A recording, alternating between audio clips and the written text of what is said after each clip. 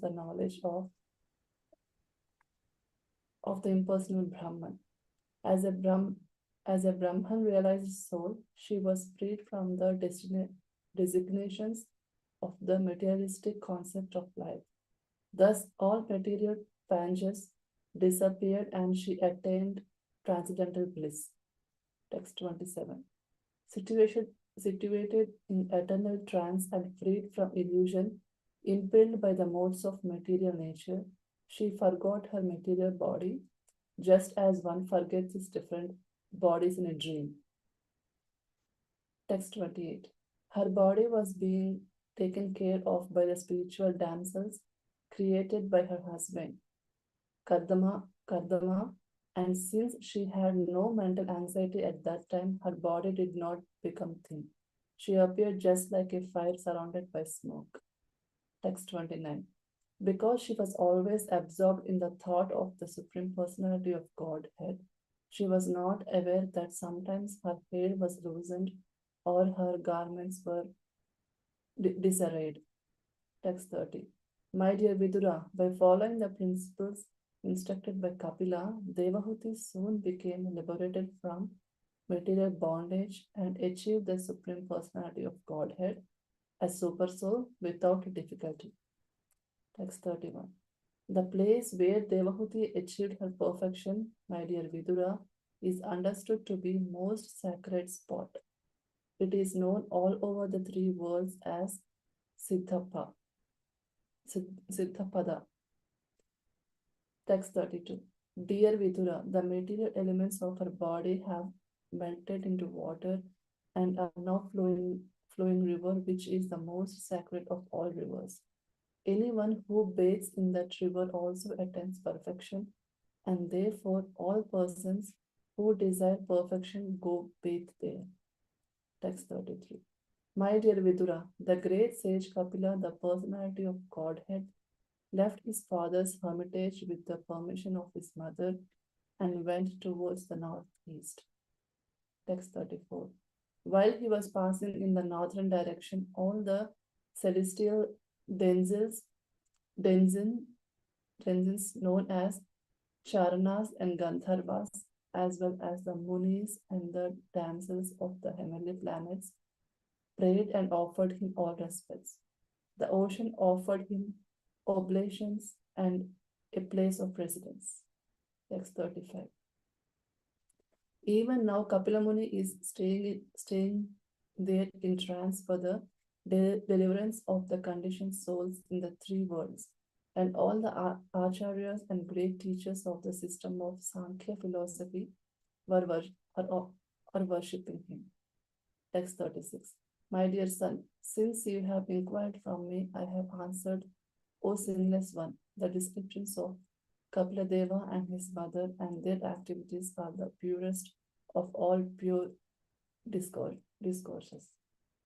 Text 37. The description of the dealings of Kapila Deva and his mother is very confidential, and anyone who hears or reads this narration becomes a devotee of the Supreme Personality of Godhead, who is carried by Garuda, and he thereafter enters into the abode of the Supreme Lord to engage in the transcendental loving service of the Lord.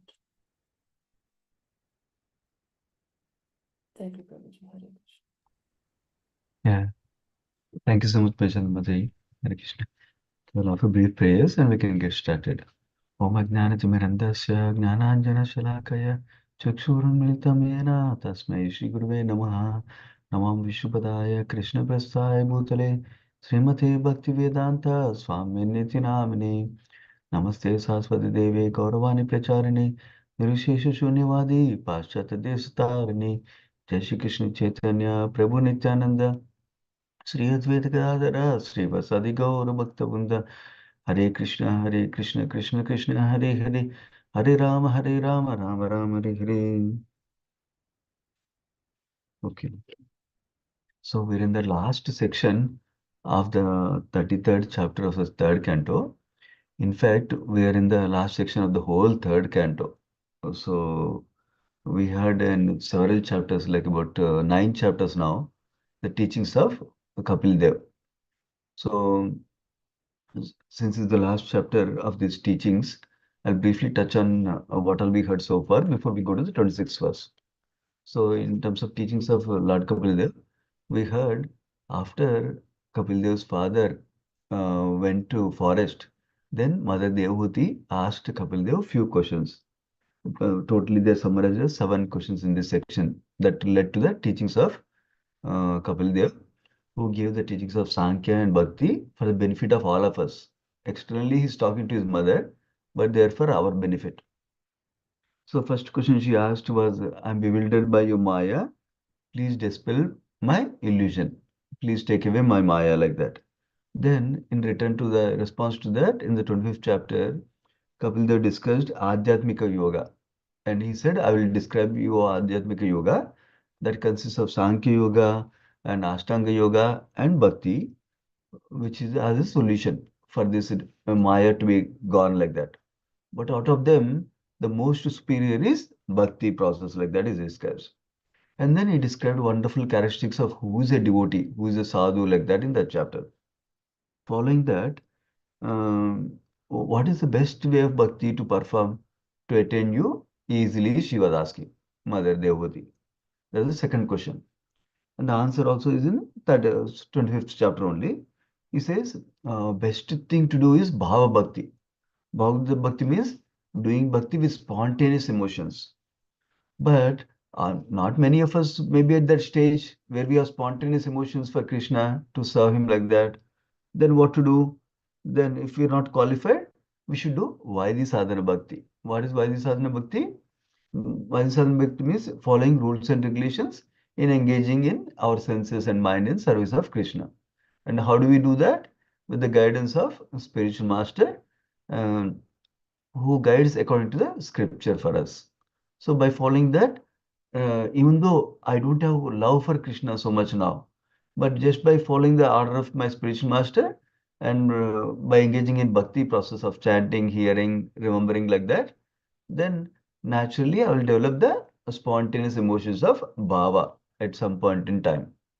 So with that aspiration, with that confidence, with that faith, that practicing Vaidhi Bhakti will lead to Bhava Bhakti. We engage in Bhakti very sincerely and seriously. So that is the answer to her question. Basically, engage in Bhava Bhakti, that is the best. But if somebody is not qualified, they can start with Vaidhi Sadhana Bhakti. So we don't abruptly jump from Vaidhi Sadhana Bhakti to Bhava, don't imitate somebody in Bhava stage, for example. So now the third question she asks is, can you tell about the process of Gnana? Then in the 26th chapter, Kapil Dev described Sankhya, specifically the characteristics of Prakriti, Purusha, that means Supreme Lord, and the different elements that are involved with the material nature. And then he described the briefly the creation of the original creation also, Karya Srishti, and then the development of Virata Rupa that led to the secondary creation by Brahma. And then he discussed in the 27th chapter how jivas are living entities like us in the conditioned state, um, how we misidentify with our body that causes to all the trouble we experience in this material world. And then he describes how we can attain liberation by intense practice. And then it also describes how Prakriti cannot harm an enlightened soul, like that. So once we become enlightened, we are not harmed by Prakriti. Even though it feels that we are so much entangled in Prakriti currently, and we cannot even separate ourselves for the attachments we have for the material things. But it is possible by practicing process of yoga to become enlightened, and then the influence of Maya can be removed, like that he described when describing about the process of Gnana. She asked for. Now, fourth question she asked is, what is the process of yoga? Can you also describe that, like that?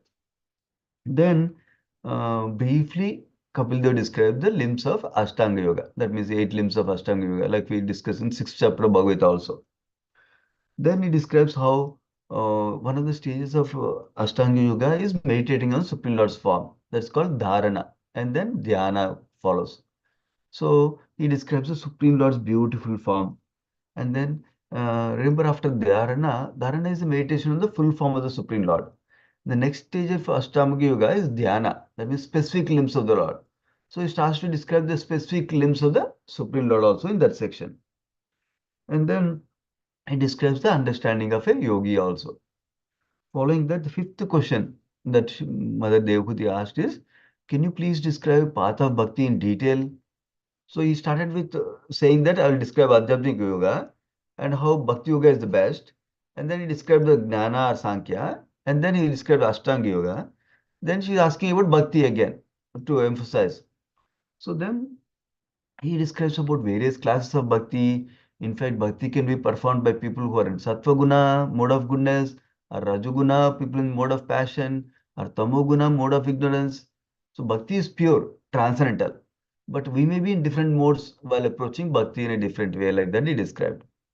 And then he described what are the characteristics of a pure bhakti. And then different angas or limbs of bhakti he described.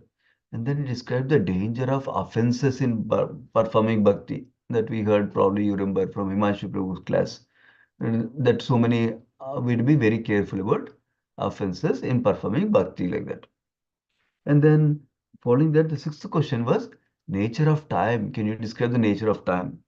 Then Kapil Dev described a beautiful multiple angles how nature of time. He described how Supreme Lord himself is acting in terms of time like that, how time causes living entities to suffer, how time acts in one way to the living entities who are not taking shelter of Supreme Lord, and how it acts in a different way to living entities who are taking shelter of the Supreme Lord. Like that, we heard different aspects of time. Even how time is imperceptible, that means, for example, we know that our nails are growing, but the nature of time is such a way that we can recognize the nails are growing in 2 days, but not when actually it's growing like that. Or same thing with the hair like that. Like that, he described how time is imperceptible for our ordinary understanding or knowledge also. Then the last question she asked is, can you describe samshriti or the continual birth and death of the jivas? That means the samsara cycle, how jiva is continually engaged in birth and death.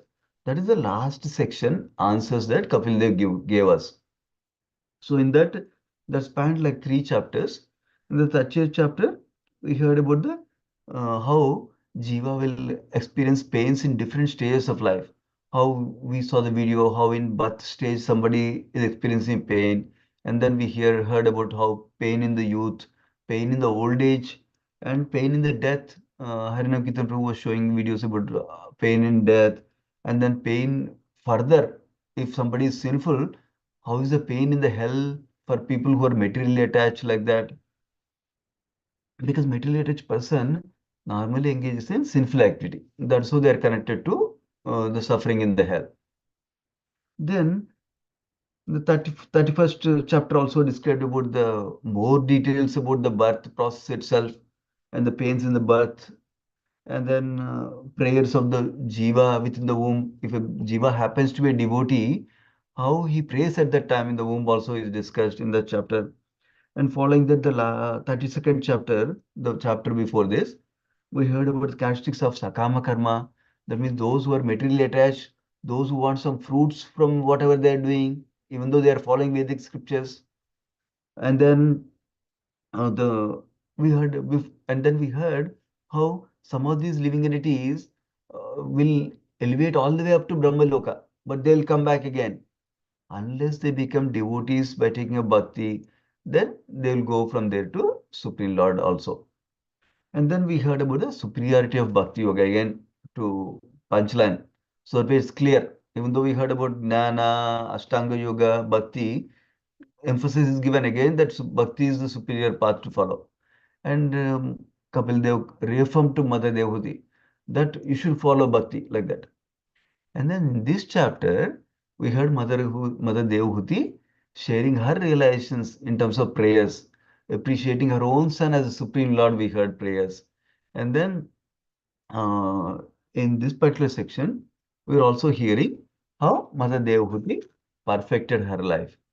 So just before today's verse, 24th and 25th verse, even 23rd verse, we heard how Devahuti started to meditate on the Supreme Lord's famous Lord Vishnu. We heard that. And then last verse before this, today's verse, 24th, 25th, she was seriously engaged in bhakti, devotional service. And because she was strong in renunciation, she accepted only the necessities of the body. That means not too much lavishness. Whatever is needed for the body, she accepted like that. And then she became situated in knowledge, and that resulted in purification of the heart. And then she became fully absorbed in meditation of the Supreme Lord. And all misgivings due to material modes of nature disappear. These are the fruits she's already experiencing. So the first portion of these verses indicated how she was practicing bhakti sincerely and seriously according to the instructions she received from her spiritual master, in this case her son only. And then next is verse, part of the verse is describing the fruits of practicing bhakti, that all misgivings due to the material modes are gone, it seems. Coming to today's verse, today's section is very simple. 26th verse is described, her mind became completely engaged in Supreme Lord, and she automatically realized the knowledge of the Brahma Jyoti also. That means mm, the point emphasized by Prabhupada in this purport is that because she was meditating on the Supreme Lord in the Bhagavan feature, that is the personal feature of Supreme Lord, that includes realization of the Bhagavan feature, as we know, includes the realization of Brahma Jyoti feature, or the effulgence of the Supreme Lord, and also the Paramatma feature of the Supreme Lord, like that. So, so in the previous section, you might have remembered Sri Krishna Prabhu was covering this analogy that was discussed in one of the purport of Prabhupada, that how milk can be experienced in different ways, like that. By seeing with the eyes, we can see how milk is white color, like that. By touching the milk, we can feel the liquid nature of the milk, and if it's hot or cold, we can feel also. Or if we hear about the milk, somebody can tell, oh, milk is white color, milk is tasty, milk is little cool, like that. They might hear descriptions of the milk also. So, with the different senses, or with the nose, we can smell the milk, how it smells, like that. So, with the different senses, we might experience milk in different ways. And finally, when we taste the milk, that is a complete experience. When we're drinking milk and we're tasting, that's a complete experience of the milk. So, in fact, when somebody is drinking milk, that includes they're seeing the milk, they're smelling the milk, like that also.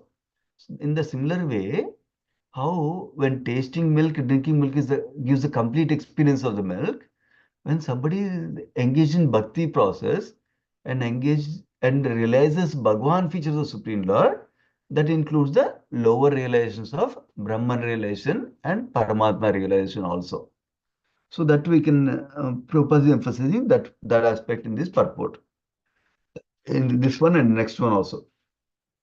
So, but point here, another point propose emphasizes is that one has to observe the rules and regulations of the bhakti path to progress in bhakti. That means one aspect is that we are cultivating the positive inspiration, aspiration to serve Krishna, to experience pleasure in relating with Krishna. That is one thing we are nurturing in our bhakti life. And to support that, we also need to make sure we're not distracted by the material necessities while we're progressing and positively nourishing ourselves in Krishna Bhakti. We should not get distracted by material necessities of life. That means we do have necessities of eating, sleeping, mating, and defending, like Prabhupada writes in the purport. But because we have this body, we have those necessities. So we need to engage in those necessities as much as needed, but not too much that we'll not have time for spiritual life. We'll not have energy for spiritual life. We will not have enthusiasm for spiritual life. So that means Prabhupada writes, we need to eat whatever is required, full prasadam, to keep our body healthy. Keeping our body healthy is also important. That doesn't mean that we lavishly keep on giving all luxuries to the body and eating lot luxurious food and spending 6 hours to cook. That much is not required. Like that Prabhupada is describing. So we take care of the body, so we remain healthy, so that way we can engage in bhakti nicely. Because if body is not healthy, we cannot engage in bhakti nicely. Similarly, our mind also. We engage in mind with whatever, for example, relaxation and relationships, in engaging with close relationships. We can share our heart with somebody. Um, like that, mental health and emotional health also is taken care, but not to such an extent that I only think about how to be happy in the mind. Not only that. So we need to give sufficient time and energy for spiritual life. Similarly, Prabhupada writes about sleeping also. We don't sleep too much, we don't sleep too little. Because if we sleep too little, then we cannot chant nicely, because when we're chanting, we'll get sleep. Or when we're doing other process of bhakti, we'll get sleep instead of reading or hearing like that. So we should get sufficient sleep. Then we should also be careful not to overly sleep, because oversleep leads to laziness, and laziness is not a good thing for spiritual life. That's why it's discussed sense gratification and bhakti grow ill together. That means they're not in the convenient together. So if you do too much sense gratification, too much eating, then that requires too much sleep and too much fat in the body. Too much fat in the body means more sleep again. Then we'll have less time and energy to do bhakti like that. So we need to be careful to engage in as much as required, so we can healthily practice bhakti, but not too much that we cannot practice bhakti. Yeah. Same thing with mating. Prabhupada describes how for producing Krishna conscious children, it is absolutely necessary and important to have sex life for producing children, but not otherwise like that. And then defending. Of course, defending is some way, gross way of thinking about defending is somebody is coming to fight, I will defend myself. That is the gross way of defending. Subtle way of defending is, I need to have bank balance, I need to have this position, I need to be promoted to this level, then only I'll be safe. Like that, subtle way of defending also is there. So we need to be careful. We don't get sucked into these things. Like I need to have, only if I get $2 billion, then I can be safe and secure in my retirement life.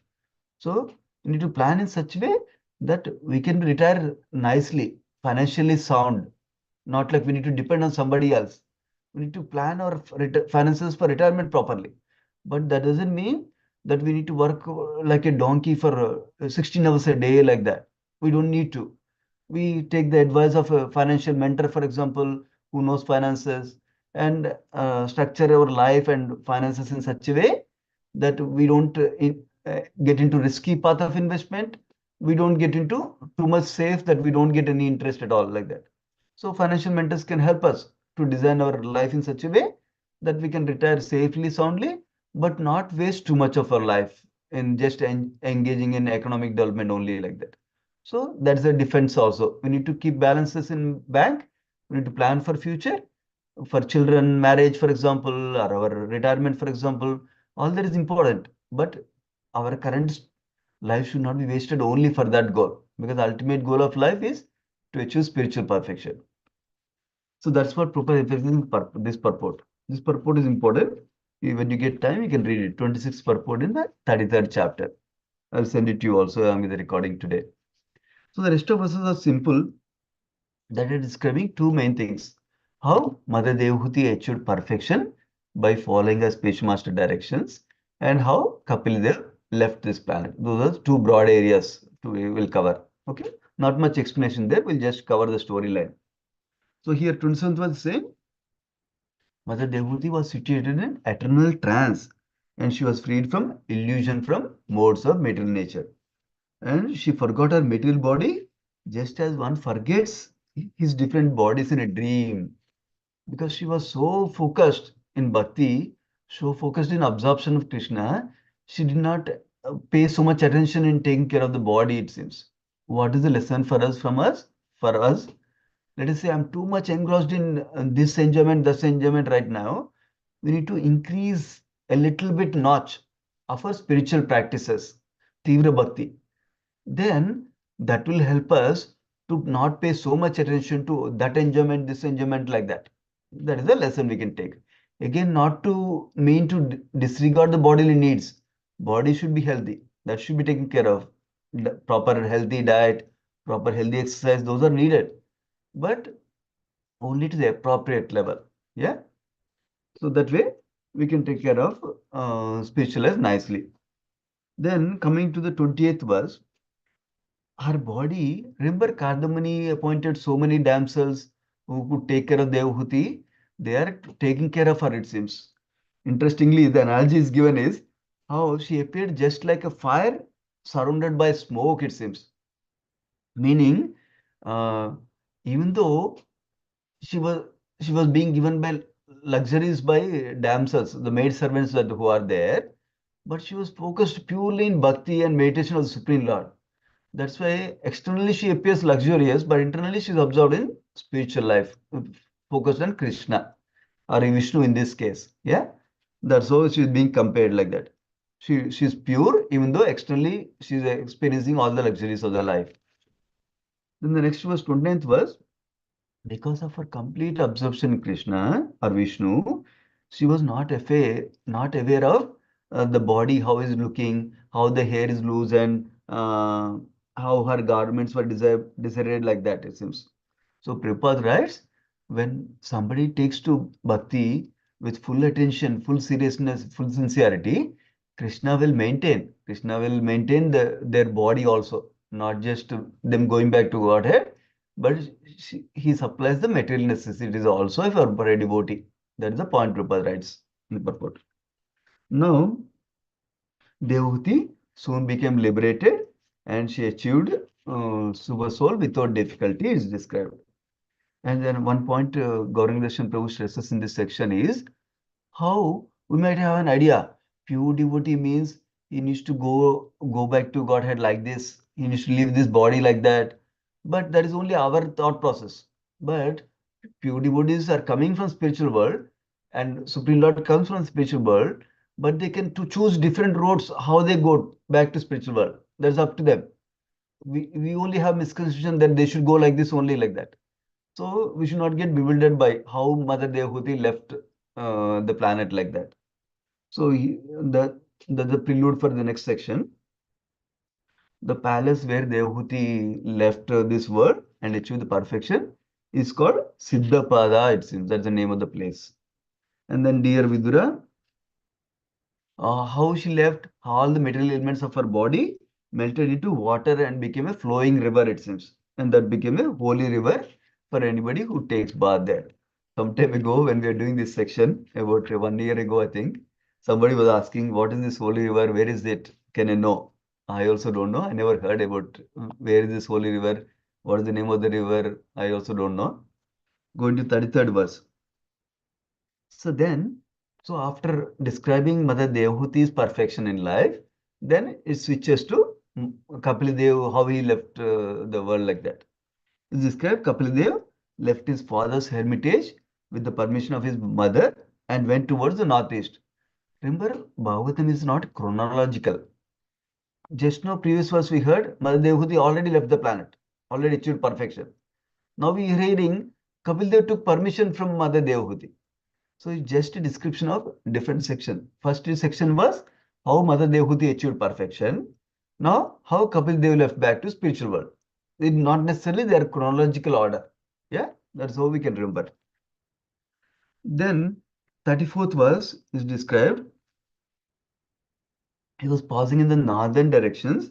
All the celestial denizens came, it seems. Charanas, Gandharvas, some munis and damsels from heavenly planets came and they prayed and offered him all respects, it seems. And then the ocean also offered him oblations and place of residence. The place where he left the body, finally, uh, of course, his spiritual body, but where he left back to spiritual world is called Ganga Sagara Tirtha, it seems, that place. And is described even now, Kapila is staying there in trance, is described here in this verse. We heard some of the sages are living there even now near Himalayas, it seems. They're not visible to our human eye, but they're living there and they are the one after Kali Yuga completes, they start the Satyuga by coming down again like that. Similarly, Kapil Dev is also there, is discussed. And then now Maitri Muni is concluding these descriptions to Vidura. He's saying, The descriptions of Kapil Dev and his mother are the purest of all the pure discourses. And anybody who hears this kada, who reads this kada, what happens to them? Then they achieve the perfection. They enter into the abode of the Supreme Lord to engage in transcendental loving service of the Lord. Purport, one important point is given. So, how come somebody goes to spiritual world? Because when somebody hears the teachings of Kapil Dev, they apply those teachings in their life. What does that mean? That means they engage in bhakti practices. They engage in bhakti towards the Supreme Lord. That's how they can achieve also the same destination like Mother Devahuti. They also achieve the spiritual world back to the Supreme Lord. We can pause there. Uh, Thank you for your association all these months. We'll go to another nectarian portion of the Bhagavatam, fourth canto. We'll soon hear Dhruv Maharaj pastime. We'll soon hear several wonderful pastimes in the fourth canto, Prithu Maharaj, King Anga, all those wonderful pastimes we'll hear soon. We'll end here today. Srimad Bhagavatam ki jai, Srila Prabhupada ki jai. Vancha kalpatarubhyascha kripasindubhyevacha paditana pavanebhyo vaishnavibhyo namo namaha. Thank you so much, devotees. Hare Krishna.